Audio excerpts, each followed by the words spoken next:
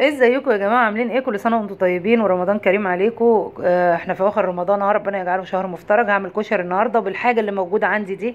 آه، هعمل مكرونه سباكيتي ومكرونه عاديه ورز بشعريه وعدس. هم دول اللي موجودين عندي. حطيت الحله اهو تسلق المكرونه. حطيت المكرونه الاسباجيتي طبعا الاول. ما تنسوش يا جماعه تفعيل الجرس عشان يوصل لكم مني كل جديد. انا هسلق المكرونتين مع بعض، بس بحط كيتي الاول وبعد كده بحط المكرونه الصغيره بعد كده، لان ما بتاخدش وقت زي الوقت بتاع المكرونه الاسباجيتي. آه، كده انا حطيت المكرونه. اصلا بحط المكرونه التانية اهيت.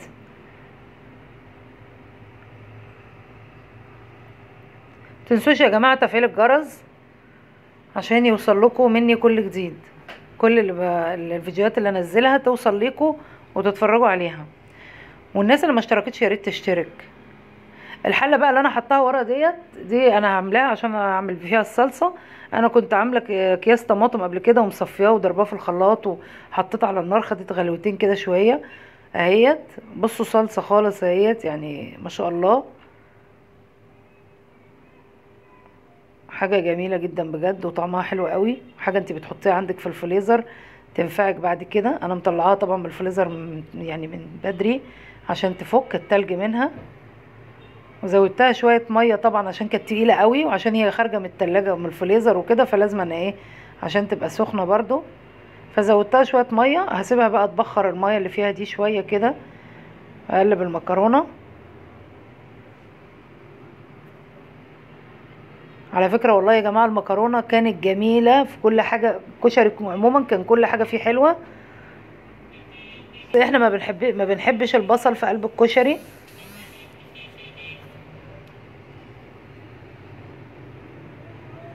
هاي المكرونه خلاص، المفروض يعني كده المفروض ان انا اشيلها اصفيها احطها في المصفى.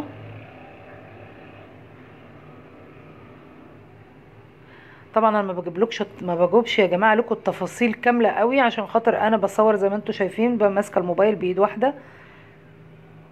بحاول على قد ما اقدر ان انا اجيب لكم الافكار، يعني اقول لكم على الفكره بتبقى عامله ازاي او الحاجه بتبقى عامله ازاي. كده الصلصه خلاص. انا يعني وطيت النار عليها، طفيتها، هطفي عليها كمان شويه كده. طبعا الرز معروف ان الرز بيلزق في الحله اول بتاع الشعريه، بتلزق في الحله اول ما بتحطوا الشعريه. فلازم ايدينا تبقى في الحله كده على طول، نقلب اول باول. يا جماعه انا بتكلم تلقائي، ما بزوقش الكلام. انا بقول اللي انا بطريقتي، طريقه عبير. دي طريقتي واسلوبي في الكلام اللي بتكلم بيهم، فانا ما بزوقش الكلام ولا آه هقعد اظبط في الكلام بقى عشان خاطر يعجب الناس وكده. انا بتكلم بطبيعتي، والناس اللي عارفاني عارفين ان دي طبيعتي في الكلام. حطيت مكعب مرقه دجاج مع الشعريه. عايزه اقول لكم بيخلي الرز طعمه تحفه. الناس اللي ما بتحبش مرقه الدجاج خلاص ما تحطيش مرقه دجاج، بس ممكن تحطي مثلا بدلها بابريكا. بابريكا حلوه قوي. مش بابريكا، انا معلش انا اسفه. بتحطي كاري لان البابريكا حمراء هتحمر لك الرز. فحطي كاري. الكاري طبعا غير الكركم. عايزه تحطي كركم حطي، بس هيصفر لك لون الرز. فبتحطي كاري بدل مرقه الدجاج.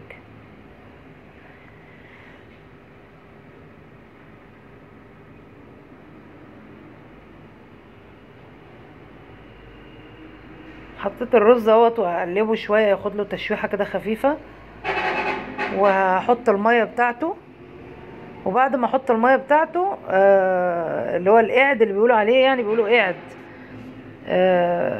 بعد ما احط الميه هسيبه لما يتشرب. انا طبعا حاطه على نقعه في قلب الطبق كده عندي بغطا، علبه بغطا نقعه فيها العدس ابو جبه في ميه سخنه ومغطياها، علشان خاطر انا مش حابه ان العدس، انتوا عارفين العدس ما بياخدش وقت في السوا، فما ننقعه في ميه سخنه هيكون احسن. بعد ما الرز يتشرب هحط عليه العدس، هقلبه في قلب بعضه واحط عليه العدس واسيبه لما ياخد ايه تقلبته. طبعا العدس ابو جبه عشان لونه اسود، لما تحطوه مع الرز هيغمق الرز شويه. لو انتوا مش حابين ان الرز يبقى لونه غامق خلاص خلي العدس ابو جبه ياخد له قلبتين على النار، وخلي الرز ابو شعريه لوحده على حسب انت حابه ايه. كده انا حطيت العدس، بصوا لون الرز غامق ازاي، الرز والشعريه مع بعض مع العدس لونهم غامق ازاي. طبعا انت لو زي ما قلت لكم لو عايزين الرز ابيض اعملوا الرز بشعريه لوحده، والعدس ابو جبه خليه ياخد له غلوتين على النار بعد ما تنقعيه في ميه دافيه الاول شويه، او هتخليه ياخد له غلوتين على النار وتركنيه في الميه بتاعته شويه قد ساعه مثلا، نص ساعه، ربع ساعه، على حسب بقى، وتاخديه تدوقيه بعد كده تشوفيه استوى ولا لا. اعمليها بايديكي كده، تتكي على العدس بايدك شوفيه استوى ولا لا. كده المكرونه خلصت، الرز وعلى العدس، والرز ابو شعريه وعدس خلص. ادي الصلصه. طبعا يا جماعه انا ما بعملش بتاع ده بصل، عشان احنا مش بنحب البصل. كده الكشري خلص. ما تنسوش يا جماعه تدعموني باللايك والشير والاكسبلور، ويا ريت تفعيل الجرس عشان يوصل لكم مني كل جديد، كل الفيديوهات اللي بنزلها توصل لكم. فعلوا الجرس، ويا ريت الناس اللي ما اشتركتش تدخل تشترك. عايزه اقول لكم طعم الكشري تحفه تحفه تحفه بجد، حلوه قوي قوي. طبعا لو اتحط عليه بصل، بالنسبه للناس اللي بتاكل البصل هيبقى شكله تحفه. لما بتحمري البصل وتقرمشيه وتحطيه على الوش من فوق بيبقى شكله حلو قوي، بس للاسف احنا مش بناكل البصل. كل سنه وانتم طيبين ورمضان كريم عليكم. ما تنسوش تفعيل الجرس واشتراك في القناه.